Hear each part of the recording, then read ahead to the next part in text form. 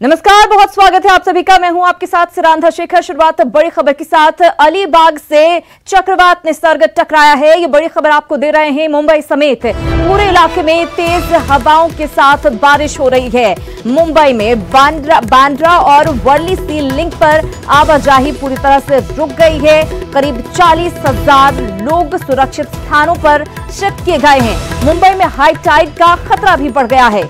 अगले कुछ घंटे महाराष्ट्र और गुजरात के लिए भारी पड़ सकते हैं। तो तस्वीरें आप देख सकते हैं किस तरह से तेज हवाएं चल रही है और साथ में बारिश भी हो रही है। और ये हो रहा है निसर्ग की वजह से। अलीबाग के इलाके की तस्वीर आपको हम दिखा रहे हैं जहां से चक्रवात निसर्ग टकराया है। मुंबई समेत पूरे इलाके में तेज हवाएं चल रही है, साथ में बारिश भी हो रही है। मुंबई में बांद्रा वर्ली सी लिंक पर आवाजाही पूरी तरह से रुक गई है, जहां बहुत ज्यादा लोगों का आना जाना रहता है। करीब 40,000 लोग जो कि इसकी चपेट में आ सकते थे, उन्हें सुरक्षित स्थानों पर एनडीआरएफ की तरफ से भेजा गया है, शिफ्ट किया गया है। मुंबई में अब हाई टाइड का खतरा भी बढ़ गया है। अगले कुछ घंटे महाराष्ट्र और गुजरात के लिए भारी पड़ सकते हैं, क्योंकि निसर्ग का सबसे ज्यादा असर इन दोनों राज्यों पर देखने को मिल रहा है। आप तस्वीरें देख सकते हैं पानी के अंदर किस तरह से जहाज की स्थिति है, किस तरह से तेज हवाएं चल रही है, तेज बारिश हो रही है और कोई भी इसमें आना जाना नहीं कर सकता, इसलिए आवाजाही रोक दी गई है।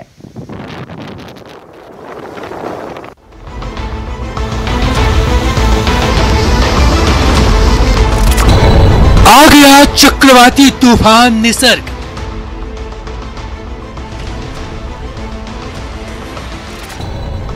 तटीय इलाकों में सभी सतर्क।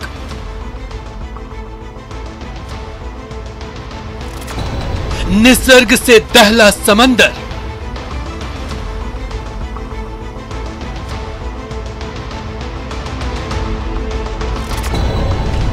ऊंची लहरें, घबराती धड़कनें।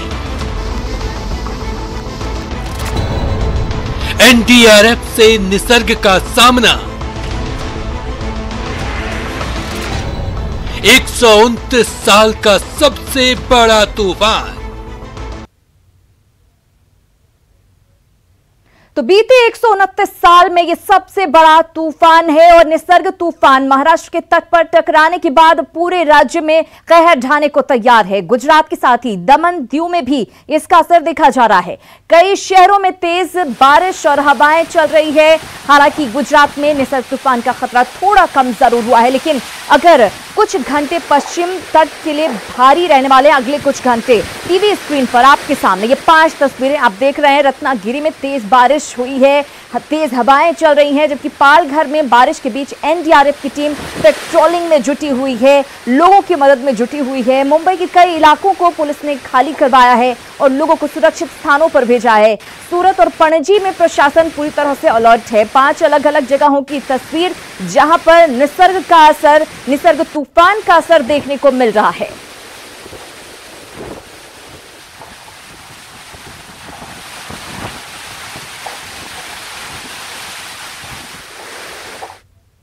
तो मुंबई, सूरत और दमन में तटीय इलाकों का न्यूज 18 नेटवर्क की टीम ने भी जायजा लिया है। पूरी तरह से इलेक्ट्रिसिटी सप्लाई जो है वो भी बंद किया है। लोगों को भी पूरी तरह से बीच पर जाने के लिए मना कर दिया गया है। रायगढ़ डिस्ट्रिक्ट में आज सुबह से ही जनता कर्फ्यू लगाया गया है और पूरी तरह से एहतियात जो है प्रशासन ले रहा है, लेकिन लोगों का भी सक्रिय सहभाग जो है वो जिला प्रशासन ने मांगा है, क्योंकि लोग जो है सिक्योर रहने के लिए लोगों को पूरी तरह से बताया गया है कि आपको घर से बिल्कुल बाहर नहीं निकलना है, घर पे ही रहना है। अब यहाँ पर काफी बारिश जो है वो भी शुरू हो चुकी है। कल रात को भी यहाँ पर काफी बारिश हो चुकी थी। अरबी समुद्र के डिप्रेशन के बाद निसान नाम का जो साइक्लोन सक्रिय हुआ था, वो साइक्लोन अभी दक्षिण गुजरात से हट गया है। लेकिन जिस तरह से साइक्लोन महाराष्ट्र की ओर गया, वैसे में दक्षिण गुजरात में भारी पवनों के साथ बारिश होने की संभावना है, जिसके चलते एनडीआरएफ की अलग अलग 6 से 7 टुकड़े दक्षिण गुजरात में अलर्ट की गई है। नुकसान हो उसके लिए तंत्र अलर्ट है, लेकिन उसके बीच एनडीआरएफ की टीम समुद्र किनारे पहुंची है और खास करके पूरे इलाके के पेट्रोलिंग के साथ मुआयना कर रही है। असर जो है वो गुजरात के दक्षिण भाग में खास करके वलसाड, वापी, तापी, नवसारी हर जगह पे दिखा जाएगा। भारी से अति भारी बरसात होने की आगाही भी दी गई है। अभी हम दमन में हैं और दमन का जो समुद्र है आप देख सकते हैं कि उसमें भी करंट देखने को मिल रहा है और जो धीरे धीरे समुद्र आगे भी बढ़ता जा रहा है। बरसात चालू है, सुबह से बरसात कंटिन्यू हो रहा है और दमन को लेके जो वहीवटी तंत्र पूरा तैनात है। एनडीआरएफ हो, पुलिस हो, तमाम जो लोग हैं उन लोगों ने ये जो आसपास का इलाका है उसे भी खाली कराया है कि किसी को नुकसान ना हो और कोई जानहानि ना हो सके। पहले ये निसर्ग तूफान शुरू हुआ था तो सबसे पहले बताया जाता है कि ये डिप्रेशन है, हल्का नुकसान पहुंचाएगा। धीरे धीरे ये डीप डिप्रेशन में पहुंचा, डीप डिप्रेशन से साइक्लोन में तब्दील हुआ, अब साइक्लोन से सीवियर साइक्लोन में तब्दील हो चुका है। यानी कि सीवियर साइक्लोन जो होता है वो बिल्कुल लास्ट स्टेज होता है, यानी कि सबसे ज्यादा जो भयानक तस्वीर होती है साइक्लोन की वो सीवियर साइक्लोन की कैटेगरी में रखा जाता है। यही वजह है कि अलीबाग में जो है वो सबसे ज्यादा इंपैक्ट कर रहा है। तेज हवाओं के साथ बारिश शुरू हो चुकी है और इसी वजह से महाराष्ट्र सरकार ने पूरी तैयारी करके रखी हुई थी और केंद्र सरकार की तरफ से उन्होंने मदद मांगी थी कि इसमें जो इंडियन नेवी है और इंडियन कोस्ट गार्ड है उनकी भी मदद मांगी थी। तो चप्पे चप्पे पर जहां पर सबसे ज्यादा अफेक्टेड है वहां पर लोगों को तैनात किया गया है। हम खुद देख सकते हैं, मेरे पीछे देखिए आप, ये जो छोटे छोटे घर हैं, जो कमजोर जो कच्चे घर हैं, उन सब में से जो लोग रहते थे उन सबको पूरी तरीके से खाली करा दिया गया है, उन सबको सुरक्षित स्थान पर भेजा गया है और जिस तरीके से लैंडफॉल होना शुरू हो चुका है तो मुंबई में भी तेज हवाओं का जो दौर है वो सिलसिला शुरू हो चुका है। और यही वजह है कि बीएमसी के लोग सड़क पर मौजूद है कि अगर पेड़ गिरता है या फिर कोई एक्सीडेंट होता है उसे तुरंत यहाँ से हटा लिया जाए। आप मेरे पीछे देख सकते हैं जो बीएमसी के सफाई कर्मचारी है, कोई मेयर यहाँ पे कुछ देर पहले गई थी, तो हवा तेज चलने वाले की वजह से कोई भी चीज हवा में ना उड़े और लोगों को इंजर्ड ना हो, इसलिए छोटी छोटी चीजों को, जो छोटी लकड़ी हुई या फिर छोटे लोहे के जो टूल्स होते हैं उनको यहाँ पे बीएमसी वाले कलेक्ट कर लेके जा रहे हैं कि ताकि अगर हवा तेज होती है तो उसकी वजह से जो लोग, जो Mumbai police, Mumbai fire brigade, NDRF के जो लोग सड़क पर काम कर रहे हैं उनको चोट ना पहुंचे। तो उसको लेकर जो तैयारियां हैं वो बीएमसी की तरफ से पूरी हैं। गुजरात और महाराष्ट्र दो ऐसे राज्य हैं जो निसर्ग से सबसे ज्यादा प्रभावित हैं। मुंबई पूरे 129 साल बाद इतने बड़े तूफान का सामना कर रही है, इसके लिए मुंबई तैयार नहीं दिख रही है। बारिश जो है वो रुकने का नाम नहीं ले रहे हैं। तेज हवाओं के साथ ये बारिश हो रही है, इसलिए मुंबईकरों की मुश्किलें बढ़ रही है। जैसे कि बीएमसी कमिश्नर ने खतरा जताया था कि होर्डिंग गिर सकते हैं, लैंडस्लाइडिंग हो सकती है और साथ ही साथ जो पेड़ गिर सकते हैं। इसीलिए मुंबई बीएमसी कमिश्नर ने जो मुंबई के 24 वार्ड है उस हर वार्ड में 20 ऐसे कर्मचारी तैनात किए हैं जहां पर इमरजेंसी में कोई भी किसी भी प्रकार की मदद की कॉल आती है तो वो हर वार्ड के 20 कर्मचारी तत्काल रूप से वहां पर पहुंच पाए और मदद पहुंचा पाए। साथ ही साथ मुंबई पुलिस जो है उसकी गाड़ियां लगातार सड़कों पर भी घूम रही है ताकि कोई भी लोग अगर बेवजह घूम रहे हैं उनको रोक सके। मुंबई कमिश्नर ने खुद बताया कि 129 साल के बाद इस तरह की सिचुएशन मुंबई फेस कर रही है। ऐसे में मुंबईकरों की मुश्किलें बढ़ सकती है। बरसते हुए मुंबई बीएमसी और मुंबई एनडीआरएफ टीम जो है उनकी तरफ से ये प्रिकॉशनरी मेजर के तौर पर ये लिए गए हैं। मुंबईकरों के लिए एक चैलेंज है क्योंकि 2 बार हाई टाइड बताई गई है। हाई टाइड अगर तेज गति से होती है तो ऐसे में मुंबई के जो सतह इलाका है वहां पर पानी जल जमा हो सकता है और 6 फीट की हाई टाइड जो है 6 फीट तक जो है वो समुद्र की लहरें ऊंची उठ सकती है, जिसकी वजह से मुंबई के कई इलाकों में जल जमा हो सकता है। क्योंकि मुंबई बीएमसी अभी तक जो है वो नाले की सफाई पूरी तरह से नहीं की है। इसका खामियाजा जो है मुंबईकरों को भुगतना पड़ सकता है।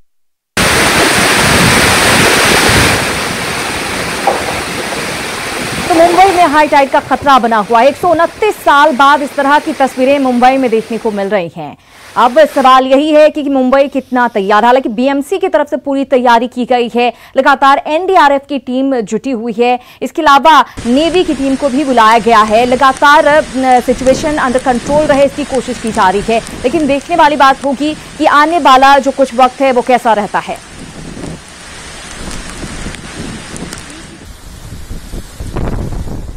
और हमारे साथ हमारे सहयोगी जुड़ गए हैं, उनसे लेंगे ताजा जानकारी। नवीन झा हमारे साथ दमन दीव से जुड़े हैं और इसके साथ ही कृतेश पटेल सूरत से हमारे साथ जुड़े हुए हैं। सबसे पहले नवीन, दमन दीव की क्या स्थिति है अभी, जरा बताएं।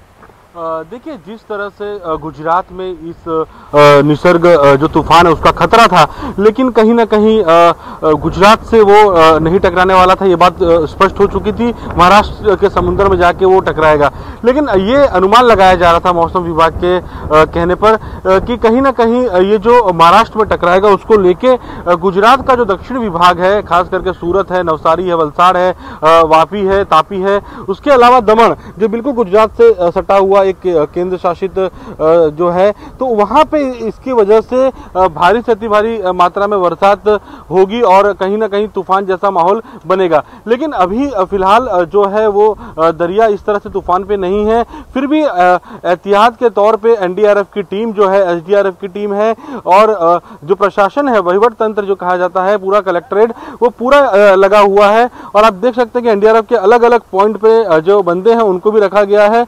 कहीं ना कहीं जो पूरा इलाका है उसे भी खाली कर दिया गया है। करीबन 4 ऐसे इलाके हैं दीव के अंदर जहां पे ये प्रभावित कर सकता था, तो वो भी अभी फिलहाल खाली किया हुआ है।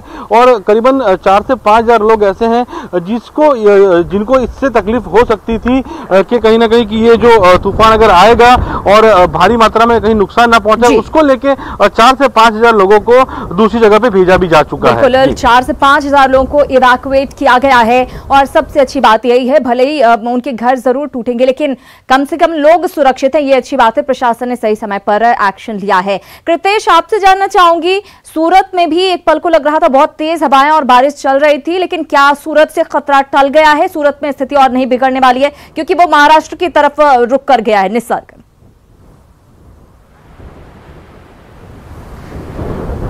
बिल्कुल, जिस तरह से अरबी समुद्र में जिस तरह से डीप डिप्रेशन के बाद साइक्लोन खड़ा हुआ था, जिसके चलते ये दक्षिण गुजरात तो नहीं टकराने वाला, जिसके चलते गुजरात के लिए काफी खुशी के समाचार है। लेकिन जिस तरह से ये साइक्लोन महाराष्ट्र की ओर बढ़ा है, उसके चलते दक्षिण गुजरात में इसकी असर देखने को मिलेगी। चाहे सूरत हो, चाहे भरूच हो, चाहे उलपाड़ हो, ये सभी तहसील ऐसे है कि जहाँ पे एनडीआरएफ की टीमों को तैनात किया गया है। सूरत जिले की बात की जाए तो सूरत जिले के 32 और 84 जिले के 4 मतलब 36 गांवों को अलर्ट किया गया है। 1600 से अधिक लोगों को सही सलामत स्थलों पे उनको रेस्क्यू करके हटाया गया है, क्योंकि ये कच्चे मकान में रहने वाले लोग थे।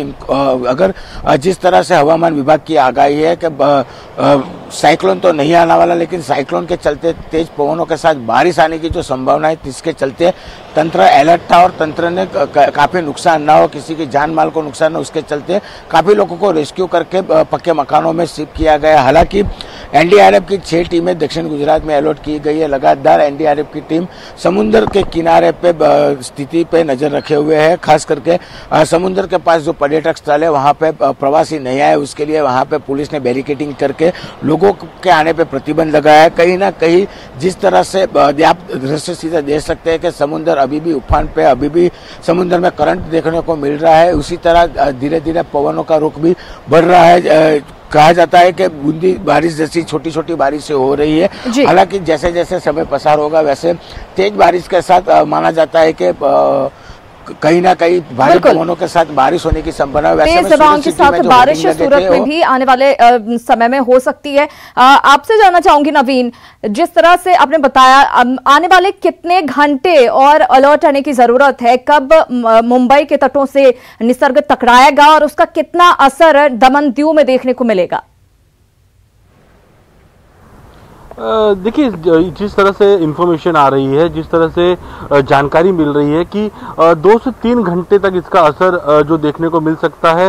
हालांकि जो दमन की बात की जाए तो दमन के अंदर अभी तेज हवाएं भी चल रही हैं। हालांकि अभी बरसात रुकी हुई है, लेकिन जो सामान्य तौर पे ये जो दरिया है, जो समुद्र है, वो नॉर्मली बिल्कुल शांत देखने को भी मिलता है। लेकिन जो उसका असर है, ये जो निसर्ग जो तूफान आने वाला है, उसका जो असर है, उसकी वजह से कहीं ना कहीं इसके अंदर करंट भी देखने को मिल रहा है। तो फिलहाल तो प्रशासन का कहना है कि दमन बिल्कुल सुरक्षित है, किसी भी तरह की कोई मुसीबत नहीं आएगी। फिर भी मैंने बताया उस तरह से कि मुसीबत कह के नहीं आती है, कभी भी मुसीबत आ जाए तो उससे पहुंचने के लिए जो तंत्र है, जो प्रशासन है, वो पूरी तरह से तैनात है। और उनका ये भी कहना है कि किसी भी परिस्थिति में हमारा उद्देश्य मात्र एक ही है कि किसी की भी जान इसके अंदर नहीं जानी चाहिए। और खास करके जो होर्डिंग्स होते हैं, क्योंकि तेज हवाएं चलती हैं तो होर्डिंग्स गिरने का डर रहता है, लोगों का मरने का भी डर रहता है, ताकि दमन के अंदर काफी होर्डिंग्स को भी उतार दिया गया है। बिल्कुल, दमन के अंदर पूरा ख्याल इस बात का रखा गया है कि क्या चीजें दिक्कत कर सकती हैं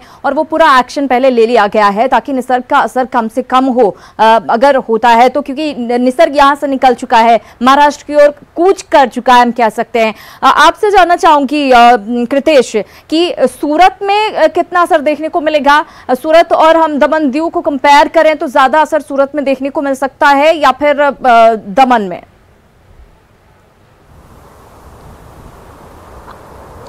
और बिल्कुल जिस तरह से ये साइक्लोन महाराष्ट्र की ओर आगे बढ़ रहा है, वैसे में महाराष्ट्र से पास में आया हुआ ये दक्षिण गुजरात है। करीबन 56 किलोमीटर का ये समुद्र का पूरा इलाका है। जिस तरह से साइक्लोन महाराष्ट्र में आगे बढ़ रहा है, उसके चलते दक्षिण गुजरात में इसके असर देखने को मिल सकती है।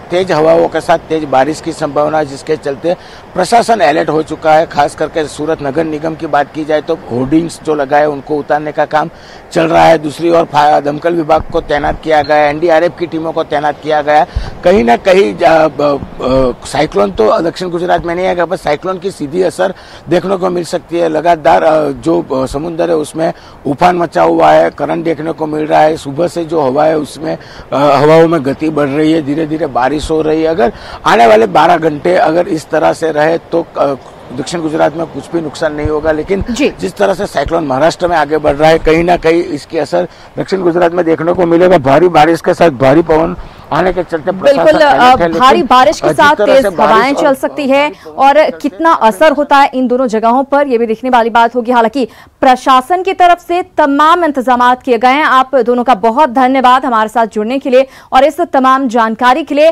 तो आने वाले कुछ घंटे जरूर अलर्ट रहने की जरूरत है और खुद को भी बचाने की जरूरत है। हालांकि प्रशासन पूरी तरह से मुस्तैद है, लेकिन तस्वीरें आप देखिए किस तरह की तस्वीरें बन रही हैं।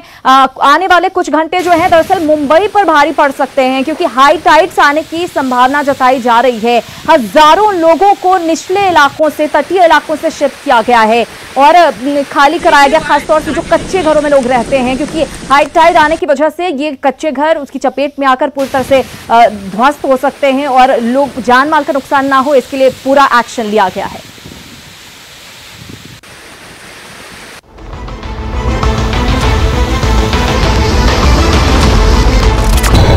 आ गया चक्रवाती तूफान निसर्ग।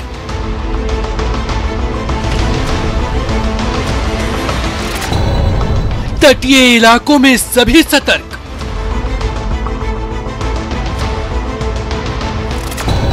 निसर्ग से दहला समंदर।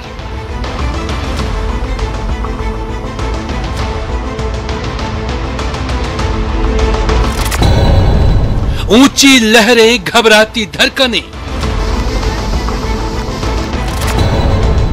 एनडीआरएफ से निसर्ग का सामना। 129 साल का सबसे बड़ा तूफान। और अब बात बिहार में बढ़ने वाले निवेश की।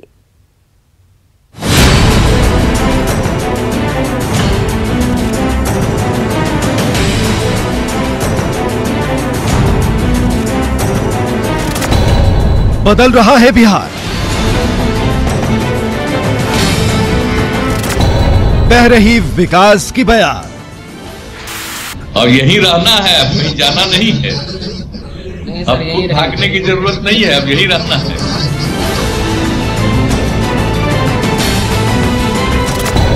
वादे पर शुरू हुआ काम,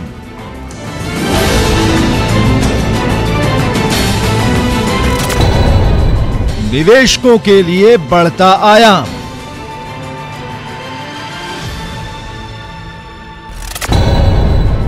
अब बिहार में खुलेंगे रोजगार के द्वार।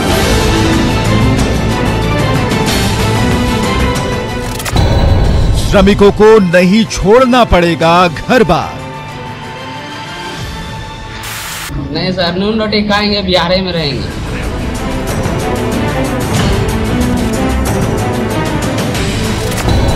बढ़ेगा निवेश, बदलेगा बिहार।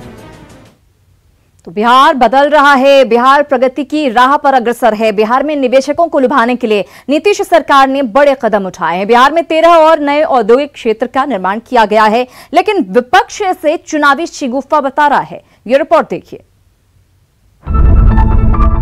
कोरोना संकट को अवसर में बदलने की पहल नीतीश सरकार ने तेज कर दी है।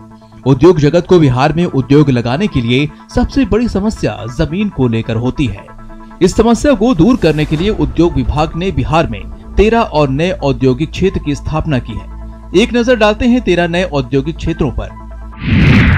बिहार में 13 नए औद्योगिक क्षेत्र। नवादा का वारसलीगंज 73.58 एकड़ जमीन, गया का गुंडाडू 27 एकड़ जमीन, बिहटा फार्म लैंड और बक्सर नवानगर फार्म लैंड 780 एकड़ जमीन, पूर्वी चंपारण का सुगौली फार्म लैंड 55 एकड़ जमीन, मुजफ्फरपुर का मोतीपुर फार्म लैंड 897 एकड़ जमीन, गोपालगंज का हथुआ डिस्टिलरी 105 एकड़ जमीन, वैशाली का गोरौल 54 एकड़ जमीन, सिवान और न्यू सिवान का 61 एकड़ जमीन, मधुबनी का लोहट और सकरी फार्म लैंड 250 एकड़ जमीन, पूर्णिया बनमनखी 118 एकड़ जमीन। उद्योग विभाग ने एक बड़ी पहल करते हुए बंद पड़े शुगर इंडस्ट्री के लगभग 2400 एकड़ जमीन को अधिग्रहण किया है। वजह साफ है, उद्योग विभाग इसी 2400 एकड़ जमीन के मद्देनजर उद्योगपतियों को ये भरोसा दिलाने में जुटा है कि बिहार में अगर वो निवेश करने आते हैं तो उन्हें जमीन का समस्या का सामना नहीं करना पड़ेगा। दरअसल भारत सरकार ने 20 लाख करोड़ की राशि का ऐलान किया है। उसमें सबसे बड़ी राशि MSME उद्योग के लिए है। बिहार जैसे राज्य में MSME उद्योग की काफी संभावना है। इसी को देखते हुए उद्योग विभाग ने निवेशकों को होने वाली जमीन की समस्या को दूर करने का फैसला किया है। देखिए, एक जमीन भी समस्या रही है, तो माननीय मुख्यमंत्री जी के प्रयास से और हम लोगों ने 2484 एकड़ जमीन जो शुगर फैक्ट्री के थे 13 जगहों पर, उसको हम लोगों को हस्तांतरित किया गया। बिहार में अब तक 52 औद्योगिक क्षेत्र थे। 13 और नए औद्योगिक क्षेत्र के बन जाने से कुल औद्योगिक क्षेत्रों की संख्या 65 हो गई है। लेकिन पहले से जो औद्योगिक क्षेत्र हैं, उनमें से कईयों में अभी भी जमीन की समस्या है। बिहटा औद्योगिक क्षेत्र की कंपनियां जमीन की किल्लत के कारण कंपनी का विस्तार नहीं कर पा रही हैं। उद्योग जगत सरकार के फैसले का स्वागत कर रही है, साथ ही इस ओर भी ध्यान देने की बात कह रही है। वहीं विरोधी दल इसे मात्र एक चुनावी शिगुफ्फा बता रहे हैं। अच्छी पहल है कि नया इंडस्ट्रियल एरिया सरकार ने कुछ चीनी मिलों के ज़मीनों को लेके ट्रांसफ़र करके बिहटा को बनाया है, कि अच्छी पहल है। पर ये पहल जो है एक क्राइसिस में लिया गया हुआ पहल है। आज 15 साल से बिहार में कोई नया इंडस्ट्रियल एरिया को नहीं बनाया गया। अगर ये 15 सालों में ये कार्यक्रम छोटे छोटे स्तर पर होता तो आज यहाँ औद्योगिकरण हो जाता। देखिए, जब पहली बार नीतीश कुमार जी सत्ता में आए थे तो उन्होंने इस एजेंडे को बड़ी प्रमुखता से रखा था कि हम बिहार से पलायन रोकेंगे, बिहार में हम उद्योग को बढ़ावा देंगे। 15 वर्षों में तो आप कुछ कर नहीं पाए, और अब जब आप देख रहे हैं कि हमारे जो प्रवासी लोग थे उनका लोड बिहार पर बढ़ने जा रहा है और चुनाव सर पर है बिहार का 3 महीनों के अंदर, तो आप सोच रहे हैं कि एक शिगुफ्फा देते हैं हम। कोरोना संकट में बिहार में करीब 20 लाख से ज्यादा प्रवासी मजदूर वापस लौट चुके हैं। सीएम नीतीश कुमार के सामने सबसे बड़ी चुनौती इन मजदूरों को काम दिलाने की है। इसी के मद्देनजर राज्य सरकार कई बड़े फैसले ले रही है। चुनाव सिर पर है, ऐसे में विरोधियों के आरोप में भी दम है। काश ये फैसले पहले ले लिए गए होते तो आज बिहार की स्थिति कुछ और होती। न्यूज़ 18 के लिए पटना से आनंद अमृतराज की रिपोर्ट। इधर मुंगेर जिला अब राज्य का नया औद्योगिक क्षेत्र बनेगा। इसके लिए राज्य सरकार निवेशकों को उद्योग स्थापित करने के लिए बियाडा की जमीन भी उपलब्ध कराएगी। उद्योग विभाग ने 4 बियाडा क्षेत्र पटना, भागलपुर, मुजफ्फरपुर और दरभंगा के 13 नए औद्योगिक क्षेत्रों को अधिसूचित किया है निवेशकों के नए उद्योगों के लिए। भागलपुर बियाडा क्षेत्र के अधीन मुंगेर जिला में पड़ने वाले बियाडा की जमीनों को भी निवेशकों को उपलब्ध कराया जाएगा। निवेशकों के आने से मुंगेर एक नया औद्योगिक क्षेत्र बनेगा और रोजगार के नए रास्ते खुल जाएंगे। मुंगेर जिले के 3 क्षेत्रों में बियाडा की कुल 49 एकड़ जमीन है। बियाडा की जो जमीन है अगर उनको राज्य सरकार यूज करेगी, उपयोग करेगी और यहाँ निवेशक अपना उद्योग लगाएंगे, चाहे छोटे उद्योग हो या बड़े उद्योग हो, उसके रूप में स्थापित करेगा, तो यहाँ के जो लोकल लोग हैं उनको काम मिलेगा और इस काम के से क्या होगा कि इस राज्य का विकास होगा। तो ये सरकार के बहुत ही महत्वपूर्ण और सकारात्मक पहल है। मुंगेर के जमालपुर और सीताकुंड क्षेत्र में बियाडा की जमीन पर अब तक 31 यूनिट उद्योग का संचालन किया जा रहा है। उद्योग विभाग द्वारा बियाडा की जमीनों को बाहरी निवेशकों के लिए उपलब्ध कराने से मुंगेर अब राज्य के औद्योगिक क्षेत्रों की सूची में आ जाएगा। सबको ये एक रोजगार देगा, उनकी रोजी रोटी का एक जरिया बनेगा। इससे जो हमारा मुंगेर कहीं ना कहीं पीछे जा रहा था वो अब विकसित होगा और ये एक ओवरऑल पैकेज की तरह प्रूव होगा जो हमारे शहर के लिए एक बूंद की तरह एक्ट करेगा। जिले में बनने वाले औद्योगिक क्षेत्र राज्य के साथ जिले के लिए भी एक वरदान होगा, क्योंकि जिले में रोजगार की संभावनाएं बढ़ेंगी। वहीं इन उद्योगों से जिले के छोटे उद्योगों को भी फायदा मिलेगा। न्यूज़ 18 के लिए मुंगेर से अरुण शर्मा की रिपोर्ट। और इसी के साथ इस बुलेटिन में फिलहाल इतना ही, लेकिन न्यूज़ 18 बिहार झारखंड पर खबरों का सिलसिला लगातार जारी है।